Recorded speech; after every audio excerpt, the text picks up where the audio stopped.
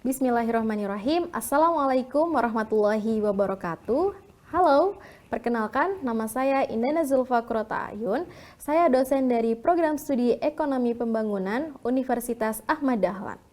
Pada poin pengajaran ini, saya memilih mata kuliah yang saya ampu, yaitu Ekonomi Internasional. Di Program Studi Ekonomi Pembangunan UAD, mata kuliah ini adalah salah satu mata kuliah wajib yang ada pada semester genap dengan bobot 3 SKS. Adapun mata kuliah prasyarat untuk bisa mengambil mata kuliah Ekonomi Internasional ini, mahasiswa wajib lulus mata kuliah Ekonomi Makro dan Pengantar Ekonomi Mikro. Pemilihan mata kuliah ini disesuaikan dengan background keilmuan saya, di mana ekonomi internasional adalah konsentrasi saya selama saya menempuh pendidikan di program sarjana dan master. Penelitian yang saya geluti hingga detik ini juga fokus pada bidang ekonomi internasional. Mata kuliah ini mempelajari berbagai konsep dan ruang lingkup ekonomi internasional seperti teori-teori perdagangan internasional, kebijakan perdagangan internasional, organisasi dan kerjasama perdagangan internasional, teori dan praktek perdagangan valuta asing, serta bisnis internasional. Adapun capaian pembelajaran mata kuliah ini yang disesuaikan dengan RPS OBE, ada 3 capaian, yaitu yang pertama memahami perkembangan ekonomi global, yang kedua menguasai alat analisis untuk mengidentifikasi aktivitas perdagangan internasional dan menjelaskan relevansinya terhadap perekonomian nasional dan wilayah, serta yang ketiga yaitu memahami teori-teori perdagangan internasional dan globalisasi ekonomi dan hubungannya dengan perekonomian domestik. Materi pembelajaran ini terdiri dari 14 kali pertemuan, di mana pertemuan 1 dan 2 mengidentifikasi ruang lingkup ekonomi internasional, pertemuan 3 sampai ke 7 memahami konsep berbagai teori perdagangan internasional klasik dan modern, serta pertemuan 9 sampai ke 14 menganalisis tentang dampak perdagangan internasional, arus modal asing, dan kerjasama internasional terhadap pertumbuhan ekonomi nasional. Proses pembelajaran ini dilakukan secara sinkron dan asinkron. Sinkron dilakukan dengan cara kelas offline atau pembelajaran tatap muka, sedangkan asinkron yaitu menggunakan e-learning Universitas Ahmad Dahlan dan WhatsApp group untuk pengumpulan tugas dan diskusi.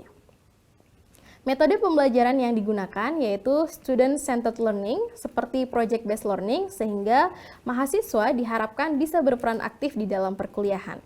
Adapun asesmen pada mata kuliah ini yaitu pada pertemuan 1 dan 2 menggunakan bentuk asesmen berupa kuis yaitu sebesar 10% dan UTS sebesar 15%.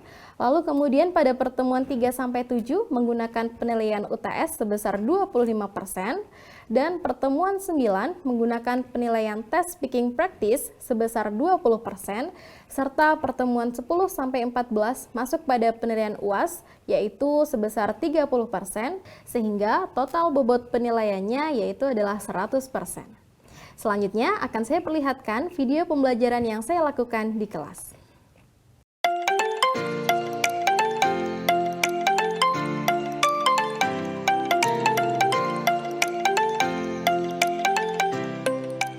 Oke, baik. Bismillahirrahmanirrahim. Assalamualaikum warahmatullahi wabarakatuh. Waalaikumsalam warahmatullahi wabarakatuh. Oke, teman-teman semua, gimana kabarnya hari ini? Sehat? Semoga selalu sehat ya. Oke, baik. Jumpa lagi di mata kuliah Ekonomi Internasional ya. Oke, jadi hari ini kita bahas tentang kerjasama internasional. Oke, jadi minggu lalu kita sudah bahas tentang ruang lingkup perdagangan internasional. Nah, sekarang kita lanjutkan materinya ke kerjasama internasional. Oke, nah apa sih kerjasama internasional itu? Ini cukup menarik ya teman-teman semuanya, internasional ya. Jadi teman-teman ada yang tahu kenapa kita melakukan perdagangan internasional? Jadi ada 2 faktor ya, ada 2 faktor utama dalam melakukan perdagangan internasional ya. Yang pertama yaitu adalah economies of scale, yang kedua yaitu adalah faktor endowment. Oke, apa itu faktor economies of scale? Ini sudah kita bahas ya di pertemuan yang lalu. Ada yang bisa menjawab? Oke, Mas Gilang. Yang dimaksud economy of scale itu semakin banyak tingkat produksinya, maka semakin murah biaya rata-ratanya.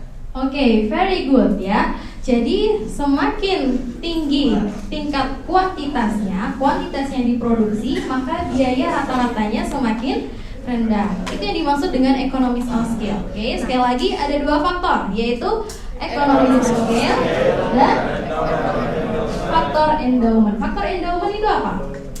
Faktor endowment itu adalah bahwa setiap negara itu punya kelangkaan. Jadi tidak semua negara itu punya keunggulan. Keunggulan apa? Keunggulan dalam hal misalnya karena setiap negara itu punya geografis yang berbeda ya. Kita punya geografis yang berbeda ya. Kemudian kita punya keunggulan masing-masing, baik itu dalam hal sumber daya alam, sumber daya manusia. Nah, karena atas perbedaan itu tadi, kelangkaan pada masing-masing negara yang membuat kita melakukan perdagangan internasional. Oke, paham sampai di sini? Ya. Oke. Nah, lanjut. Maka itu yang kemudian membuat kita kenapa bekerja sama ya, melakukan perdagangan internasional. Nah, dalam hal kerjasama ekonomi internasional, yang pertama yaitu adalah kerjasama bilateral. Oke, apa yang dimaksud dengan kerjasama bilateral? Kerjasama yang terjadi antara dua negara. Oke, Mbak Leva. Merupakan kerjasama yang terjadi antara dua negara, Bu. Kerjasama ini dapat terjadi disebabkan adanya hubungan baik dan penting yang sama. Oke, bagus ya. Jadi kerjasama bilateral itu merupakan kerjasama yang terjadi antar dua negara. Ada yang bisa kasih contoh? Gampang ya. Kerjasama dua negara berarti hanya terjadi antar dua negara. Misalnya apa? Ada yang bisa kasih contoh? Indonesia dengan Malaysia. Apalagi? Indonesia dengan Jepang. Oke, yang kedua yaitu adalah kerjasama multilateral. Apa itu kerjasama multilateral? Maksudnya Bu? Oke, Mas Asandiki. Kerjasama lebih dari dua negara Bu. Lebih dari dua negara. Contohnya apa? Contohnya ya kayak Indonesia ke Jepang, Indonesia ke Thailand gitu. Benar tidak? Salah. Kurang tepat ya. Jadi kurang tepat. Ada yang bisa kasih contoh? Oke, tadi jawaban Mas Asandiki kurang tepat ya. Puasa. Ada yang bisa kasih contoh? Yang lain yang lebih tepat? Oke, Mbak Leva lagi, silakan. Contohnya negara ASEAN, Bu. Negara ASEAN. Ada negara ASEAN itu terdiri dari apa saja? Yang pertama ada Indonesia, Malaysia, Singapura, Thailand, Filipina, Vietnam, Brunei Darussalam, Kamboja, Laos, Myanmar mana tadi ya? Myanmar. Oke, jadi betul tadi ya bahwa kerjasama multilateral itu merupakan kerjasama yang terjadi antara banyak negara. Ya, kalau bilateral tadi hanya dua negara, kalau multilateral banyak negara. Oke, banyak negara apa misalnya? Di sini ada ASEAN. Apa itu ASEAN? ASEAN itu adalah Association of Southeast Asian Nations. Yang kemudian juga ada APEC. Ya, apa itu APEC? Asia Pasifik. Oke, ada juga OPEC. Apa itu OPEC?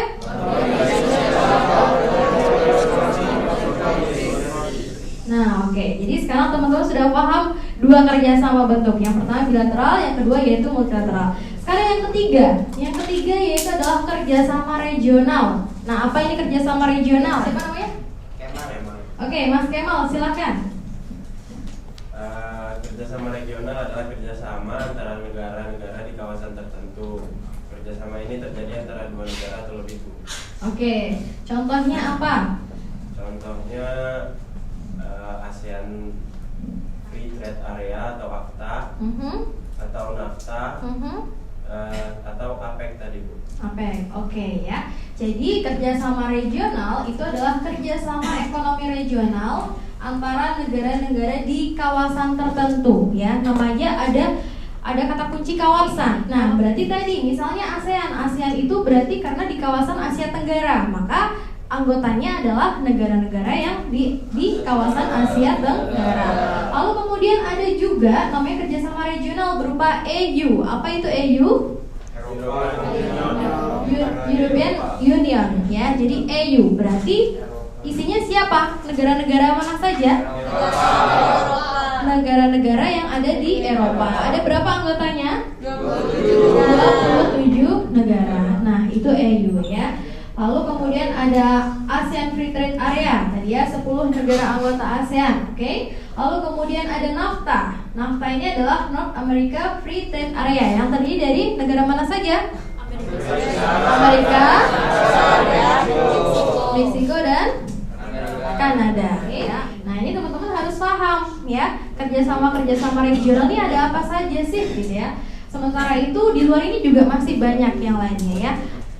Nah, kemudian selanjutnya Badan Kerjasama Ekonomi Internasional, ya. Jadi Badan Kerjasama Internasional yang pertama yaitu adalah WTO, ya. Ada yang tahu WTO itu apa? World Trade Organization. Betul sekali, ya. Jadi World Trade Organization. Nah, ini berdiri di tanggal 1 Januari 1995. Ada yang sudah lahir 95? Belum lahir ya? Oke, jadi apa fungsi WTO di sini? Fungsi World Trade Organization di sini apa? Yang pertama yaitu adalah sebagai kesepakatan perdagangan WTO. Oke. Lalu kemudian yang kedua yaitu sebagai forum negosiasi perdagangan. Nah, maka untuk negosiasi perdagangan antar negara itu biasanya melalui lembaga WTO ini. Jadi WTO yang biasanya menengahi, ya. Lalu kemudian penanganan perselisihan perdagangan, ya. Ketika ada perselisihan perdagangan, itu biasanya WTO di sini hadir, gitu ya, untuk menangani itu juga. Misalnya apa? Ada nggak? Ada yang pernah tahu perselisihan perdagangan itu apa saja? Contohnya, misalnya di tahun 2018 terjadi yang adanya trade war. Trade war antara mana? Negara Amerika dan China. Ada yang pernah dengar? Ya. Jadi pada saat itu terjadi trade war atau perang dagang, ya, perang dagang antara Amerika dan China. Nah, perang dagang yang sengit. Nah, maka pada saat itu WTO di sini juga hadir, ikut turun. Wah, gimana nih ada perang dagang antara Amerika dengan China. Jadi berusaha untuk apa? Masuk untuk menangani, ya. Karena dampaknya pun juga nggak cuma antar dua negara ini, tapi negara-negara yang lain juga ikut terdampak, ya. Lalu kemudian pengawasan kebijakan nasional perdagangan internasional, ya. Jadi GATT-WTO ini fungsinya apa? Mengawasi bagaimana kebijakan perdagangan internasional di masing-masing negara, ya. Lalu kemudian membantu secara teknis, ya, pelatihan semacam itu bagi negara-negara berkembang, karena negara berkembang masih sangat butuh ada yang pelatihan supaya apa? Perdagangannya juga meningkat, ekspornya meningkat, itu bagaimana, ya. Lalu kemudian ada kerjasama dengan organisasi-organisasi internasional lainnya. Oke. Yang kedua ada APEC, Asia Pacific Economic Cooperation. Oke. Nah, APEC ini didirikan pada tahun berapa? 1989, ya. Tujuannya apa? Tujuannya adalah meningkatkan pertumbuhan ekonomi dan kemakmuran masyarakat, ya. Nah, maka itu tujuan adanya APEC, ya. Nah, kemudian tujuan akhir APEC ini tercipta di kawasan perdagangan dan investasi yang bebas, gitu ya. Kemudian yang ketiga ada lembaga OPEC. Apa itu OPEC? Organization of Petroleum Exporting Countries, ya. Jadi tujuannya apa OPEC ini? Tujuannya yaitu adalah mengusahakan untuk memenuhi kebutuhan minyak dunia. Jadi OPEC ini memang sangat khusus untuk perminyakan, seperti itu, ya. Jadi dilihat dari tujuannya aja adalah untuk memenuhi kebutuhan minyak, ya. Lalu kemudian menjaga stabilisasi harga minyak di mana di pasar internasional, ya. Lalu kemudian yang ketiga yaitu adalah menghindari konflik dan persaingan sesama negara penghasil minyak. Lalu kemudian yang keempat ada lembaga IMF. Nah, ini pasti sudah sering dengar, ya.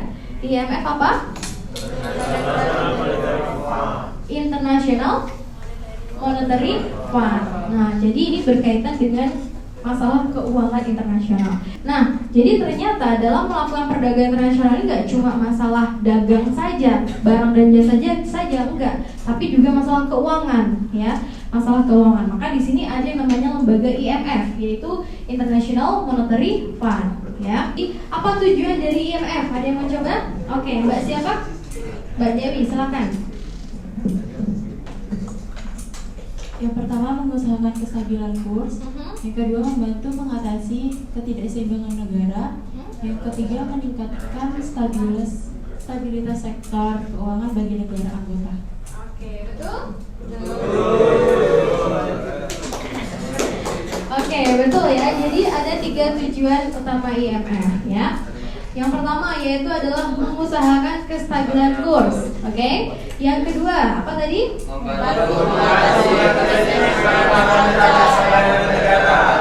Ya, yang ketiga yaitu meningkatkan stabilitas sektor keuangan bagi negara anggota. Yang kelima, terakhir yaitu adalah ASEAN. Apa itu ASEAN? Association of Southeast Asian Nations. Ya. Nah, ternyata lembaga ASEAN ini juga didirikan yang merupakan bentuk kerjasama antar negara-negara yang ada di Asia, ya, di Asia Tenggara lebih tepatnya. Tujuannya apa? Ada yang mau coba tujuannya dari negara ASEAN? Ada yang mau coba? Oke, silakan. Yang pertama, mempercepat pertumbuhan ekonomi, kemajuan sosial, tetap mengembangkan budaya di kawasan. Yang kedua, meningkatkan perdamaian dan stabilitas regional dengan cara menghormati keadilan.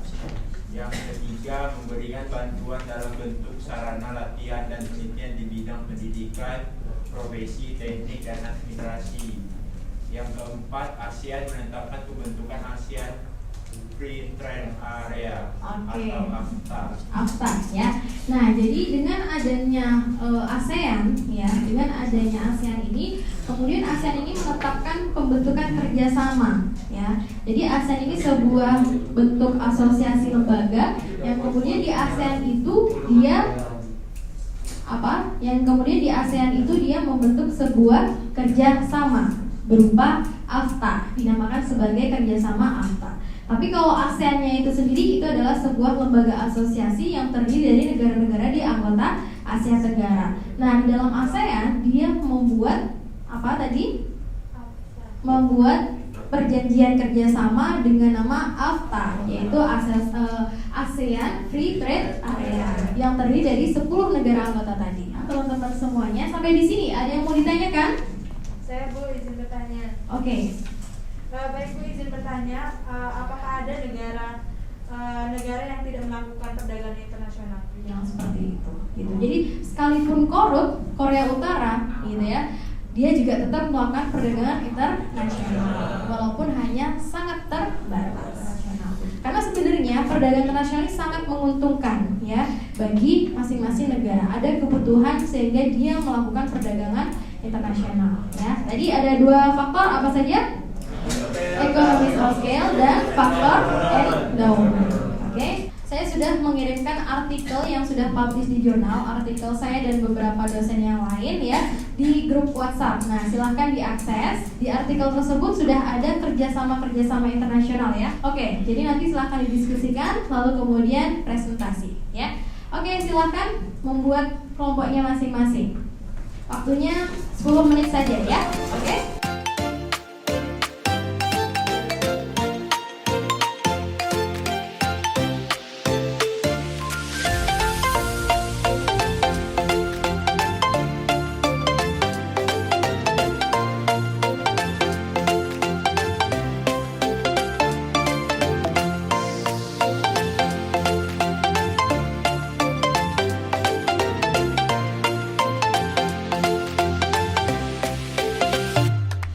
Sekarang waktunya sudah habis teman-teman semuanya. Nah, silahkan untuk presentasi ya. Jadi apa yang sudah didiskusikan tadi tentang apa artikelnya, tujuan artikelnya apa, silahkan dijelaskan ya. Waktunya 5 menit aja, presentasinya nggak usah lama-lama. Oke, dimulai dari kelompok 1. Siapa yang mau presentasi? Assalamualaikum warahmatullahi wabarakatuh, teman-teman. Menjelaskan tentang pengeluaran pemerintah untuk kesehatan terhadap pertumbuhan ekonomi di negara ASEAN 9. Sebelumnya, perkenalkan nama saya Triwong Sohin, saya perwakilan dari kelompok 2. Saya akan memaparkan terkait dengan artikel yang telah diberikan oleh Bu dosen. Untuk kelompok 2 sendiri kami menjelaskan terkait bentuk kerjasama antara negara ASEAN dan Kanada. Dan untuk penelitian ini menggunakan metode analisis computable general equilibrium. Dan untuk hasil dari penelitian ini menjelaskan terkait untuk menghitung seberapa besar pengaruh perjanjian antara perdagangan negara ASEAN dan Kanada terhadap makroekonomi di negara-negara ASEAN. Mungkin itu aja dari kelompok kami. Saya mewakili dari kelompok 3 tentang pembahasan kali ini. Penelitian ini menjelaskan tentang pengaruh pemanasan global terhadap penurunan kualitas lingkungan di negara ASEAN tahun 2010-2019. Baiklah, saya perwakilan dari kelompok 4. Baik, kesimpulan dari menganalisis artikel yang telah diberikan tugas dari Ibu, artikel yang kami teliti itu tentang keunggulan komparatif dan keunggulan perdagangan Indonesia dengan 10 negara OKI.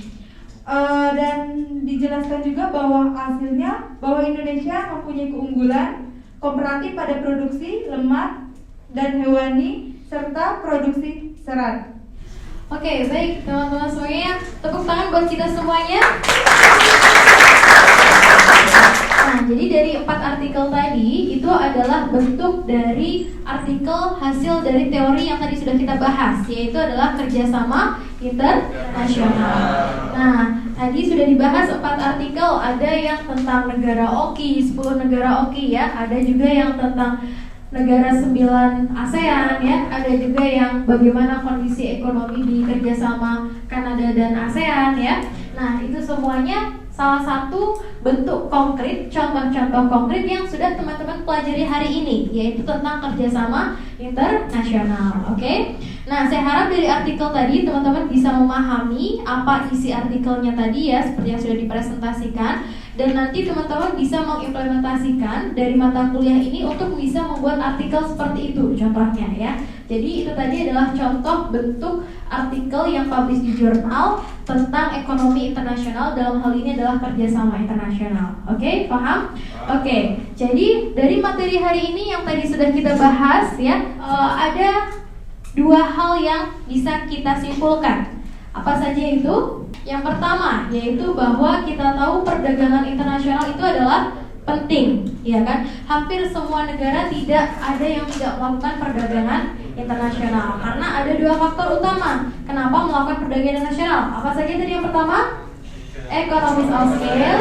Yang kedua yaitu adalah faktor endowment. Oke. Yang kedua yaitu bahwa kerjasama internasional itu juga penting ya. Ada beberapa contoh lembaga atau asosiasi tadi yang sudah kita bahas ya. Ada OPEC, ada APEC, ada ASEAN, ada apa lagi? Lembaga IMF ya, dan lain sebagainya.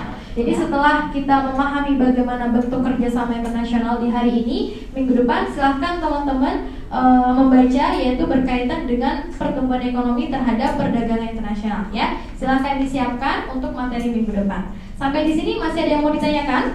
Tidak ada. Sudah paham untuk pertemuan hari ini? Sudah. Oke, baik. Kalau sudah, kita tutup dengan hamdalah. Oke, terima kasih semuanya. Sampai jumpa lagi minggu depan. Saya tutup. Sekian. Wassalamualaikum warahmatullahi wabarakatuh.